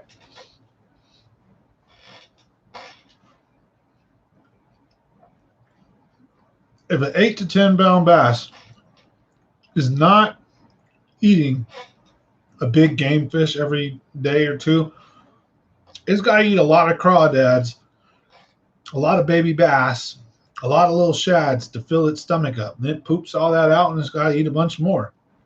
So big fish are usually aggressive, but they sit up in smart spots. You have to be a smart fisherman to get them. You also have to understand their behavior and know where they're at. And that's where I'm trying to get there. I'm doing okay, but that's the hardest part, man, figuring out. Are they at the north end of the lake, the south end, the east, the west? Are they in the shade or in the sun? Are they on the main lake points? Are they in the coves? And then when you start catching them, well, where the hell are the big ones? You know, goodness gracious. So there's always all these variables you got to put together. But yeah, anyways. All right, I'm going to close these windows, get back to you guys. Hey, nice to see Halifino. We got Mike Dozer on. How's it going? Frogs and punching, I like 8-1.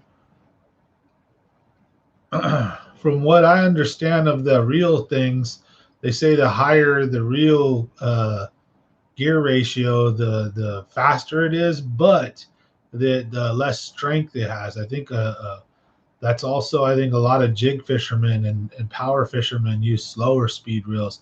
I also think the slower the reel, the more strong it is too. Usually, I'm not sure, but maybe I'm wrong on that. But I think that's also why they use the bigger reels or slower gear ratios for like swim baits too.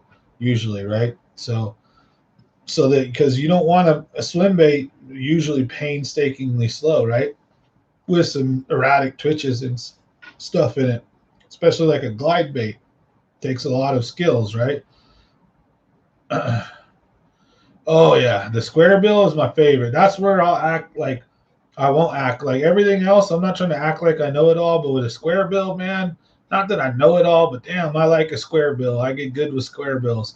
I learned how to use them, pitch them, and flip them, and I can bring them through the weeds and tulies, and I could cast over a damn tree basically and bring my square bill through it.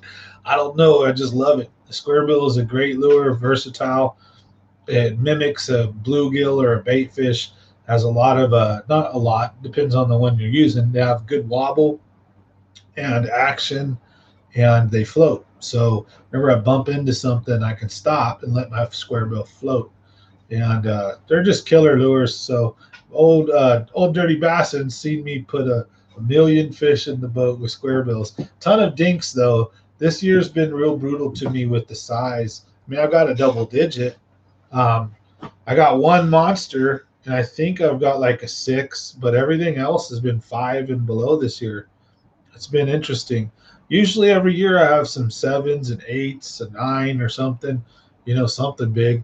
Um, but hey, I got a double digit, so I can't complain. Just like I got a double digit last year. But we put a lot of 8s and 7s and 9s in the boat last year, between me and a bunch of buddies. This year it's been a lot slower, not as many giants. So that's why I'm trying to focus on big fishing instead of numbers for you guys and gals. But unfortunately, that focus has shifted and happened and changed at right about the same time that my boat is having these issues. And then it also coincides with the summer, which I'm busy doing heating and air conditioning. So it's a crazy hectic time right now. But in about a month or two, I'm going to have some cool stuff for you guys for the fall transition, for late summer, early fall, and then fall to winter transition. Winter, I plan on getting out and doing a lot of winter fishing. Um, so, we'll teach you guys how to catch them in 100 feet water, 100 feet deep this year, and then we'll show you how to catch them in 10 feet deep in the winter. So they'll be all over. But in the winter, I want to get a couple fizzers and show everybody how to fizz a fish correctly, so that if they're tournament fishing, a lot of guys don't have fizzers, and they'll weigh their fish down, or they'll do this or that, or they don't know how to fizz them correctly, and they may kill them trying to fizz them wrong. So I think maybe we'll do some fizzing videos. We'll show you guys how to pull some fish out of literally. I'll pull a fish this year in the winter. I guarantee, just to show you guys, I'll pull one out of 90 to 100 feet, just to show you that bass are down there. You going to Don Pedro the 30th. Any advice? Well, I didn't get what the 2CD is. The 30th of are you going in the 30th of July, like in the summer? 30th of December, or like what time of year are you going?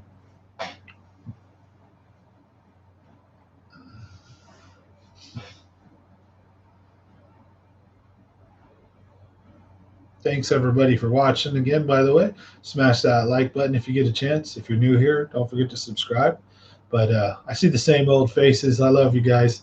Thanks for jumping on and, do this because I like sharing, and, you guys definitely help keep it up. It's kind of depressing sometimes, honestly, if you jump on a live stream and there's only a few viewers on. It's tough to kind of keep it up. When you got at least a small little crew, you get pumped up and you get excited to share and talk. So thank you guys. So you're going Friday till Monday. All right. Okay, I would probably do this. If you're fishing Pedro right now, I would start the north, the highest up the creek I can go, looking for fresh water. I haven't been to Pedro, mind you, in a few months. So I'm going off of what I know of the other lakes, what I know of Pedro, and what I would personally do myself. Myself, I would want to get as far upriver as I can first, especially if I've got a couple days to fish. So I'm going to rule out the farthest water first. And we know most likely you're going to be launching out of Blue Oaks or Fleming Meadows. Am I correct? Probably not launching out of Moccasin. So if you're launching out of Blue Oaks or Fleming Meadows, both of those are in the same exact arm of the lake. They're in the Fleming arm. They're down by the dam, and every other part of the lake you got to shoot out to, right? So I'm shooting upriver. I'm going to Moccasin. I'm looking for, first thing I'm going to do is pattern the fish. And the reason why I'm telling you all this is because, again, I haven't been there, so it's not like I can say, go to this point, go to that rock, throw these lures, you're going to catch them. Because if I would, I'd show you my video, be like, oh, we tore them up over here. But anyways, first thing is the pattern, right? And what I mean by that is you got to figure out what the fish are holding on to. So go upriver first, fresh water if there's any incoming water. If not, just start up there and start moving back. I'd start on two different things. I'd be looking for steep canyon walls where fish could change depth by simply going up and down and not needing to do much of this. So if they're shallow, they could just go up. If they want to go deep, they can just go down, so that they can adjust to the thermocline, the bait, all that by simply just moving. They don't need to travel really far and do this. They could just literally go. They don't need to go like, and then, you know what I mean? So I'd be finding steep stuff, main lake points. Another thing should be even some coves might have them, but main lake coves, not necessarily all the way back in creek arms and river arms, but in the backs of little creeks and cuts and little things that are on the main lake. I would also be looking for boulder and rock piles. So go up towards Moccasin, fish around the left big island, hit the shore on the right, coming all the way down by the bridge, maybe a little bit into Woods Creek. There's some islands and some rock piles out there that are killer. You can try those. Graph, see if you find anything on graph. Have your LV 500, a blade bait or a spoon ready, flutter spoon. So it's not a winter time, but like a jigging spoon. So if they're that deep, drop shot and top water is key. So if you see them busting, if you see anything, stop, go to it and fish. Keep your eyes peeled on the lake for activity. So top water should also be killer. And again, that's a lot of different stuff I'm saying, right? Because the idea is to rule out and figure it out. So early morning, low light conditions, I'm power fishing a little more on top water, maybe jig fishing, jerk bait, whatever, crankbait. I'm throwing stuff shallow all the way to, over deep. I'm trying to pattern them, figuring them out, right? I'm heading to the juicy spots first, big old boulders, main lake stuff, rock piles, offshore stuff, this submerged that is there, or you can see on your graph, or a topographical map will give you a huge clue. When you see islands in the middle, go graph them, check them out. Or if you know the lake, right? So again, Woods Creek, which is up by Moccasin, all of that's where I'd start my first day. The first 3 to 4 hours suck. Between that, I'd split about an hour going down Moccasin on the right-hand side from the big island, and from like the ramp and all that, and the launch and all that on there, down towards the bridge. I'd spend about an hour, hour and a half, maybe shoot into woods, hit a couple different spots and some islands, spend about an hour there. 2.5 hours in, now the day's warming up. I'm probably heading to the bridge. I'm going to start on the pilings, working shade, working main lake, big rock, boulders, and I'm not afraid to fish from 20 to 50 feet deep, but I'm starting shallow. I'm looking on my graph, I'm looking around, paying attention and listening, any splashing, hitting noises. I'm looking for stuff. I'll go fish it. Um, because one dumb fish that hits on the top can alert you to the other 300 down below. So um, now, usually when there's that many, you're going to hear or see a lot more activity, right? So obviously that's a given. But that would be the way I'd start, heading towards the bridge, fishing all that. And then if I'm still struggling or if I'm doing good, by then I'm starting to develop a pattern, what I'm catching them on, where I'm catching them, what depth. And then here's another thing to pay attention to: how aggressive are the bites? So if the bites are aggressive and you're using something like a bottom bouncer, finesse, or even medium, you can probably catch those fish on a lot of different lures. So upsizing your lure may help to weed out the smaller fish and get the bigger ones. So if the bite's aggressive, that's usually a sign of a good day, or that you can at least do that pattern more in those locations or find other locations similar. And the fish will change, right? But if the bite is soft, if the bite's light, if the bite's hard to find, but you're getting it and it's hard to detect, it's spongy, it's weight, or they just seem to just swallow it or eat it and swim off real slow, then I'm changing my game plan accordingly. That's a more finesse day usually. Or I might jig or throw a spoon if they're into it, but usually no, that's more of a finesse. So again, I'm trying to pattern them. The important factors are how deep are the fish? Am I seeing them in 15, 20? Are they down in 30, 40? Or, and I'm always checking from 1 inch right on the shore. And I'm doing that to about 10 or 15 because I don't like to cruise over fish with my fish finder in 7 feet of water. I mean, I could see most of the time. And even if I can't see, I don't trust nothing my fish finder is seeing. So I pull out and I graph from like 10, 15 and deeper. And from the shallow to the boat, I use my pole, my rod, my reel is my fish finder. So if I'm getting bit and I know they're shallow, great, I know they're shallow. But if I see them on my fish finder, hey, I know they're here too. So, you quickly establish a pattern. What are they biting on? What types of structure? And are they hitting soft or hard? Are they suspended? Are they on the bottom? Are they top? So you get all those little key things figured out. Then once you get them figured out, you go around the lake and you start having fun. And I start smashing around. Now I've got maybe my first big fish or two in the boat, and numbers are starting to come on. And if they're still picking up, I'm maybe staying in that area. If not, I'm struggling or I'm doing okay, I'm taking my pattern and I'm starting to move down the lake with it now. By the power poles, by the power lines, where there's a big cement structure that comes in on each side of the lake from the big, from I think it's like the underground river or whatever, where they pump water in and out. And there's like the dams up there. But that spot's good. There's a couple cuts up there. Mid lake, there's a couple main lake points that I like. Hatch Creek is really good. I'm hitting stuff like that. And then I'm working my way down south more. Now I'm fishing things like the Boneyard.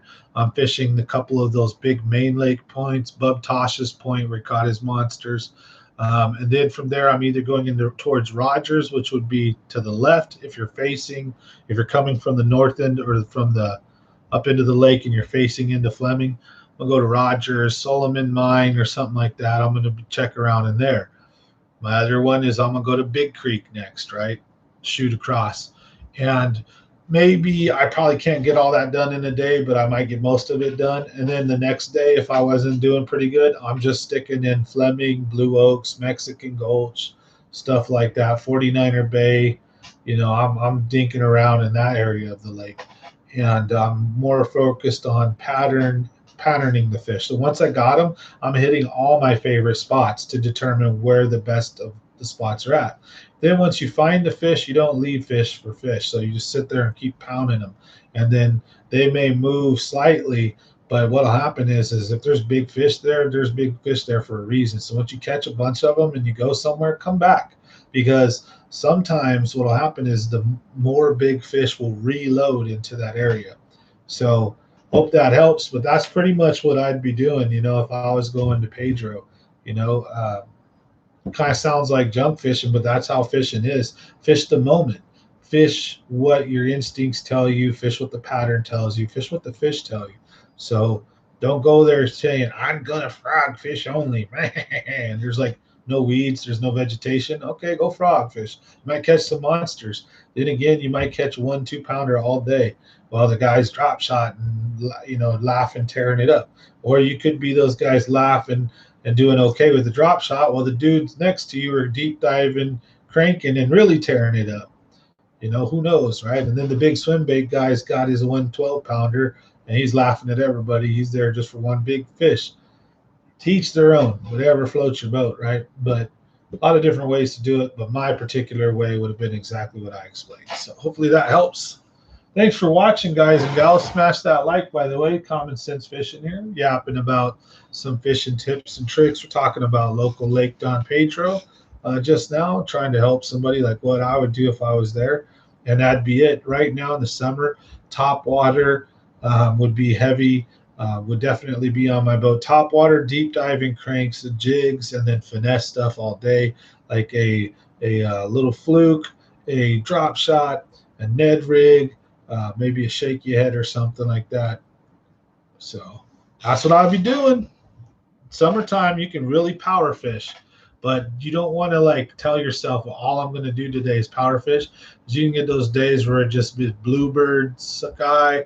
It's just brutally hot, and it's like the barometric pressure is just right, or whatever have you, and them fish just shut down and give a big fat fu. And the only way to catch them, you can catch them too. You'll go the whole lake. You might have a tournament with 100 boats, and everybody bombed and sucked, and nobody caught nothing. You get this 4 or 5 boats come in looking like they cheated with 20-pound bags. What did you do? They were drop shotting in 80 feet or doing something stupid or weird. Top water all day. Well, everybody else figured they had to drop shot. And that was like the only way you could get them. Anything else just didn't work. That happens sometimes. That's fishing. That's the cool part about it, is that each day and each situation be different. There's always the you're supposed to do this or you're supposed to do that, but fish break the rules all the time, and I'm a rule breaker myself, so I never was one to really listen too hard. I mean, I'm a good person. I don't break the big rules, but I never like being told what to do. You know what I'm saying? So like, I'm a rule bender. You know what I mean? So same thing with the bass. Sometimes I'm out doing some dumb shit, and sometimes it pays off, but sometimes, like, you can see, like, ask Charles, ask Keeping It Real, ask Dirty Bassett. Anyone who's fished with me is more than once has most likely sat through a day where I just chilled and I just like didn't give any. I just had fun, and I might have caught a lot of fish, but you can notice my attitude is just chill. And then there might be days where I only caught 3, 4, 5 fish all day long, and maybe someone over here caught 20. I don't care. It just depends. I get excited. I love fishing. I'm competitive, but there's just times where it's like I'm just happy to be out on the water and just chill. The dead stick challenge. It exactly. There's times when I'm literally out there trying to dead stick. Like, I just want to put my feet up. That's where I want to get into a little bit of bait fishing, maybe. Pull up my boat to a nice area, set anchor, like an actual anchor, drop anchor, and chill like at a good spot. Throw out a bunch of like sardines, chicken livers, whatever for big striper or cats. Put a bell on my rod, and then just like get a canopy for the boat or something. Stay out the sun and just get bent and talk shite all day with like a good friend, and like, hey, you know what I mean? That's also fishing for me anyways. I love bass fishing too, don't get me wrong, but hey, I think, just getting out in the outdoors and having fun, that's just, man, you can't beat it. Life, you only have one life. Get out there and live it. And I'm not judgmental. You fish your way, I'll fish mine. That's why I think, there's all kinds of different ways to get it done. There's the ways the pros and everybody say that it should be done, which is probably right. And then there's, some weird ways that sometimes you can make things happen, MacGyver style. You can get a couple of sticks of bubble gum, and roll of toilet paper and some aluminum foil, and next thing you know, you got a doohickey, right? So you get my point. Is that like, sometimes you can multi-purpose rods, sometimes you can do things, and still catch fish. Does it make it like the most perfect, best way? Maybe not. But if it's what you're comfortable doing, if it floats your boat, if it puts a smile on your face, it puts the fish in your net at the end of the day, then amen, brother, to that. Just keep doing you. But that's where I like sharing and helping, because I think it's super important though to be open-minded, to learn from each other, stuff like that as well. So it's just some days I'm all competitive, I'm in it. Some days I just really want to enjoy just relaxing and chilling. And I don't know. Maybe you guys can relate to that. Maybe not, because sometimes a lot of times bass fishing, I'm a pretty competitive dude, man. I'm out having fun and I'm trying hard to catch the biggest or best, the most fish, counting numbers and everything. But that's not always me. I love just sitting back and striper fishing, catfishing, whatever. Any kind of bait or live bait, whatever will bite the hook. Oh, Dirty's got it right with the Dead Stick Challenge. He's got a shirt coming out that says Whoop Whap. I can't wait. I'm gonna grab one, put it up on the channel. I don't even know if I want to wear it. So I need to get Mark Nav's California Angler shirt, and then I have my Common Sense Fishing shirt, and then I'll get a Tug Addicts. I think I have a Tug Addict shirt, but I need to get another one. And I kind of want to get a shirt like Old Dirty saying, get a shirt from all my different little like YouTubers and our own little crew that we got over here too, because there's a lot of us that fish together, hang out together. We got some of us got our YouTube channels. Most of us do, not all of us. Like Z-Man, I don't think he has a YouTube channel. He's a cool dude. Justin Zeller, you got Aaron Bettis. See, I haven't fished with those guys in a minute, but they're good dudes. Even Darren Michael Peters, he's a cool dude. He gets out there, whacks them. Jay Feber, Jeremy Chaffel. Got a cool little group here. Mark Nav. Don't, if I'm forgetting you, obviously old Verge there, and a bunch of other guys and gals that we fished with over the years. So cool little group. But the YouTube family's grown much bigger now. We got Danny has been a really big help with the Facebook page, been a real big supporter of the channel here. So has Virgil and all of my members, especially. Big shout out to you guys, Jeff and Danny's Kitchen and Marissa. I think I've got Clarabelle. There's a bunch of you guys that are just, you guys are awesome. So big shout out to all of you guys. Halifino, Marco Houston, Charles Chalk, LeDuc. You guys are why we do this show every Monday, Wednesday, and Friday, the live stream. I love this. This is probably my favorite part about the YouTube channel, to be honest, unless I catch a double digit or something crazy and I get all excited putting together a movie or a video for you guys, like when we saved the guy's life at the Delta, when Jeremy lost his pole and his phone and fell in the lake. That was hilarious. Those moments I truly enjoy putting out there for you guys. Teaching, I like the whiteboard videos sometimes. I've got one that I didn't really want to chop it down and make a video because I went off. It was like an hour and a half long. I was getting excited giving all these tips and tricks, and I have no idea how to edit it coherently.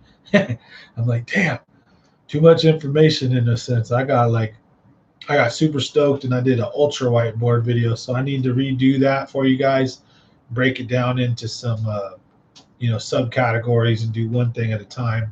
Maybe do 10-minute videos for you guys and gals with those whiteboards. Yeah, I like doing all that kind of stuff.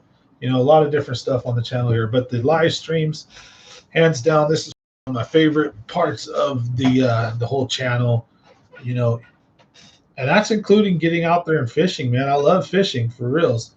I get out there and I fish for the channel and I fish for my pleasure and fish for fun. But I don't know, there's something about the live streams. I just like chilling to a live audience and us all being able to communicate and chat. So let's hope it grows and goes somewhere. So don't forget to share this to your guys' Facebook page. If you have any friends interested in fishing, or they're just the type of friends who like to smash a beer, talk ish, and hang out, this is also a pretty decent channel for that. Um, we have a lot of fun. We talk a lot about we talk about a lot of different random things as well here, mostly fishing orientated on the live stream, but sometimes it goes off tracks and we have a blast. So, like as always, at the end of the night here before we go, we leave the floor open to you guys. If you have any comments, any questions, any topics you guys want to discuss, any recommendations, any tips, I'm always open, all ears. I'm here for you guys just as much, and I appreciate all the support. So this is the end of the video part where we just kick it and chill. And if you guys, like I said, have anything you want to talk about, floor is yours. Leave a comment there, and I'll be glad to interact, and we'll talk. And sometimes we end up actually going kind of over, and we go 9:30, almost 10 o'clock at night when we get into these cool discussions at the end of the video. Sometimes we, kind of taper off and go quietly into the night. It just depends. So thank you guys for watching. I appreciate everybody, though. The floor is yours. So for the people here who are hanging out, smash that like if you get a chance. But this is your opportunity to speak in a sense. Leave your comments. Let me know what you guys think. Again, if you also have any recommendations for the channel, any things you guys would like to see me cover, any places you'd like to see me fish, this is where you drop all that. And I'm going to work on it for you. I promise. I'm almost, through the summer. This heating and air conditioning stuff has been really crazy. It's been fun. It's been a wild ride. I own my own business. It's stressful. I'm not doing too great, but I'm not doing too bad. I'm hoping I should be able to financially last until next summer, hopefully. I do not anticipate a very busy winter. Or a lot of money, fall or spring.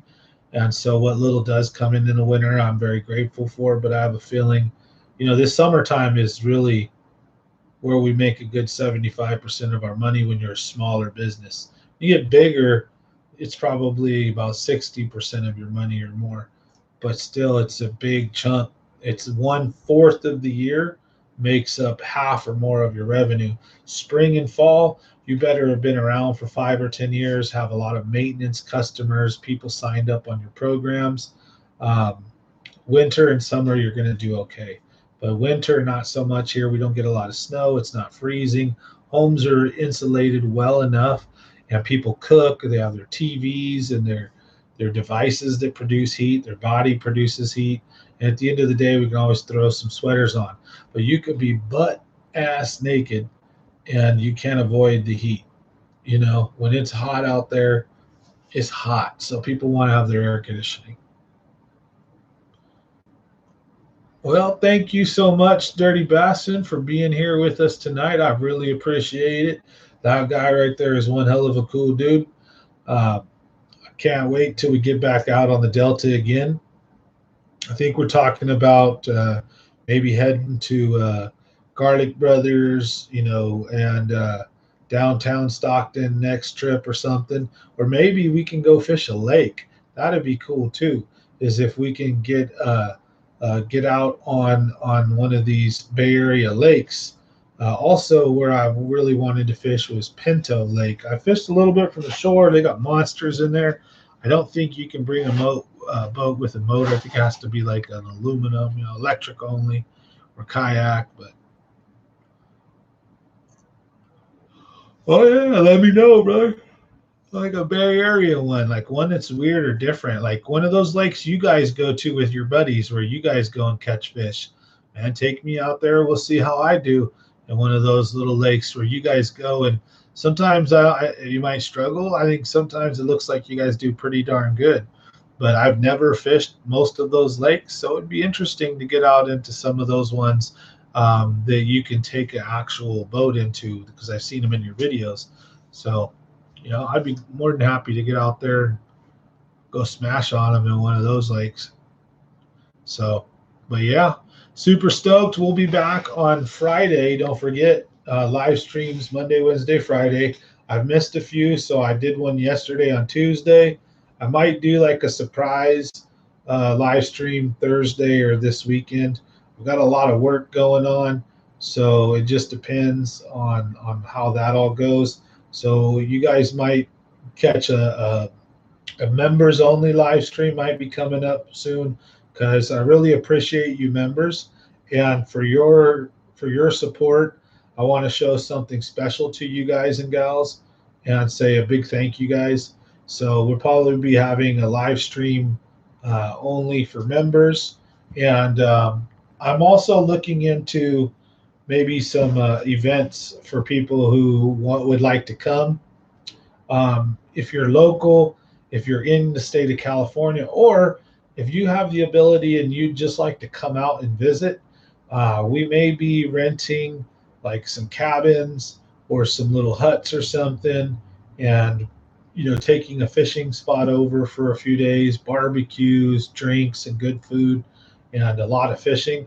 So we did a Clear Lake trip like that where we had 3 boatloads of dudes, actually 4 one day, and we had like 20 people out there like the first day. And then the second day, we were still like 10, 12 people, but we had a great time.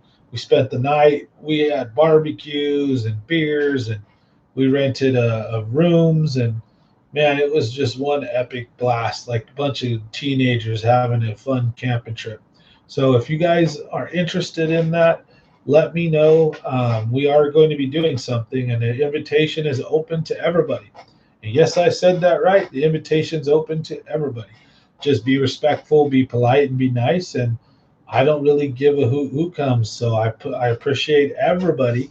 So it's open to everybody. I'm going to be putting out there on Facebook, YouTube, and like I said, we did it. We only got like 20 something people to come last year, but I think a lot of people didn't come because they didn't know me personally, or maybe they felt uncomfortable. They weren't sure of it. So hopefully this year we're gonna have a little bit of a bigger shindig. You never know. I didn't get one of my good friends to make it, unfortunately. He said he was hopefully gonna make it, but he couldn't. So hopefully we can get him involved in this next trip. But that'd be awesome to have a bunch of the good friends there. But even then, like I said, it's going to be an open invitation on YouTube, Facebook. So it's not going to be no wild party like Biodome, but I'll tell you what, we have fun. So if you're interested in showing up, you can ask me for more details, but I'll be dropping them throughout the live streams. You guys will see more information on it. I'll be doing a video when we do it. So we did one last time. I think we released like 2 videos. So look forward to that. It's going to be fun. Got a lot of changes and things coming soon. Got to get the boat fixed. So I'm honestly kind of waiting until summer dies down. I don't want to get raped by a boat mechanic. And the one that I'm hoping to deal with, wait until he has some free time. So we'll see how it all goes, versus taking it into a shop. But worst case, just take it into Bass Pro. and as always, do the good old boat bust out another 1,000. Goodness. For my donation fishing, how much should you donate to go with me? Well, I think that $100 minimum is fair to ask because an average fishing trip costs me about $80 or so. So, 40 to $50 in gas in the truck or more, 40 to 50, 40 to 60, and then the boat maybe 10 to 20, and then like some foods or drinks and stuff. So it's usually $100 is about what I spend just to go fishing. So the way I look at it is it's like I'm not making anything. I would have gone anyways. So instead of spending 100 of my dollars, someone else pays for the trip. Then I take the 100 that I would have spent, or whatever, same thing, and I go buy the toys. So right now we got a ton of toys. We got bikes in the background. So we're going to be doing a lot of toy drive trips, hopefully, as soon as this brutal weather slows down and my work slows down. So, but yeah. Anytime you want, Jagger, just reach out. I'm more than happy to take you fishing. So I've got my Facebook page. My name's Sam Matthews on there. Bass Fishing Lovers is the group that I run. You can always email me. Just reach out through here.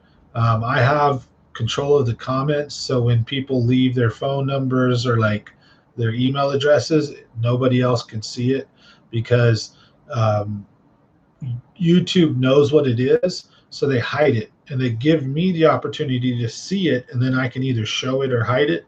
So that way I can write it down and then I can hide the comments so nobody ever sees it. A lot of different ways to get a hold of me.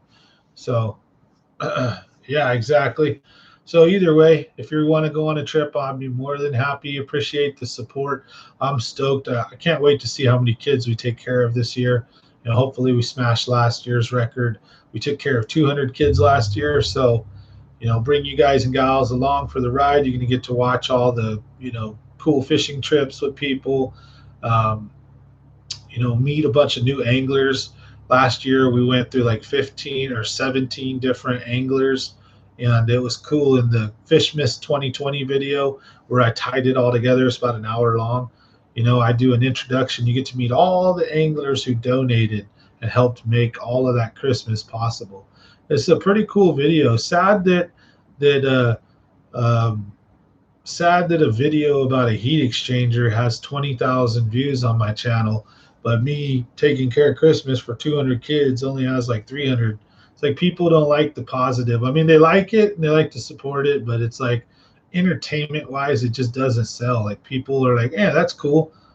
Right on. And then on to the next thing. But if it's like Faces of Death, man eating by an alligator, they're like, oh, I want to watch that, or whatever it is. So, old saying, if it bleeds, it leads, and all that crap.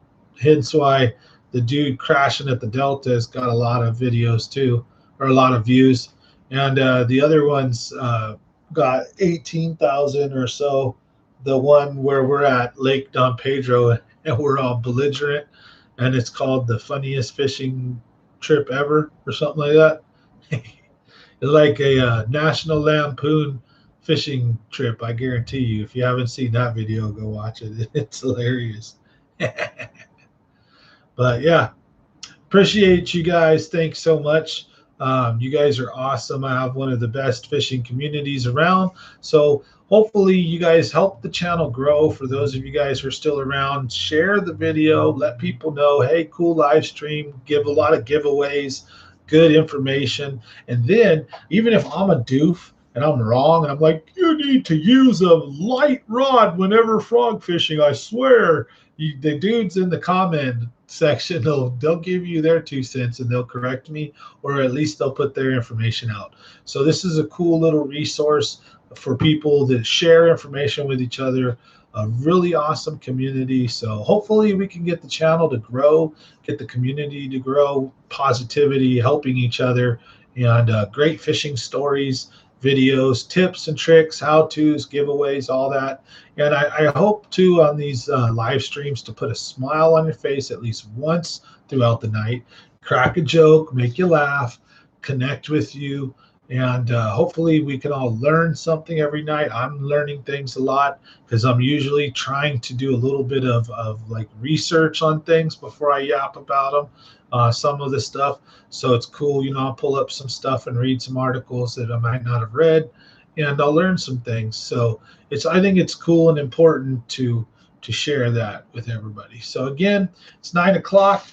Thank you guys for hanging out, and we'll catch you guys on the next live stream on Friday. So we're going to leave this up a second if anyone wants to say goodnight to each other.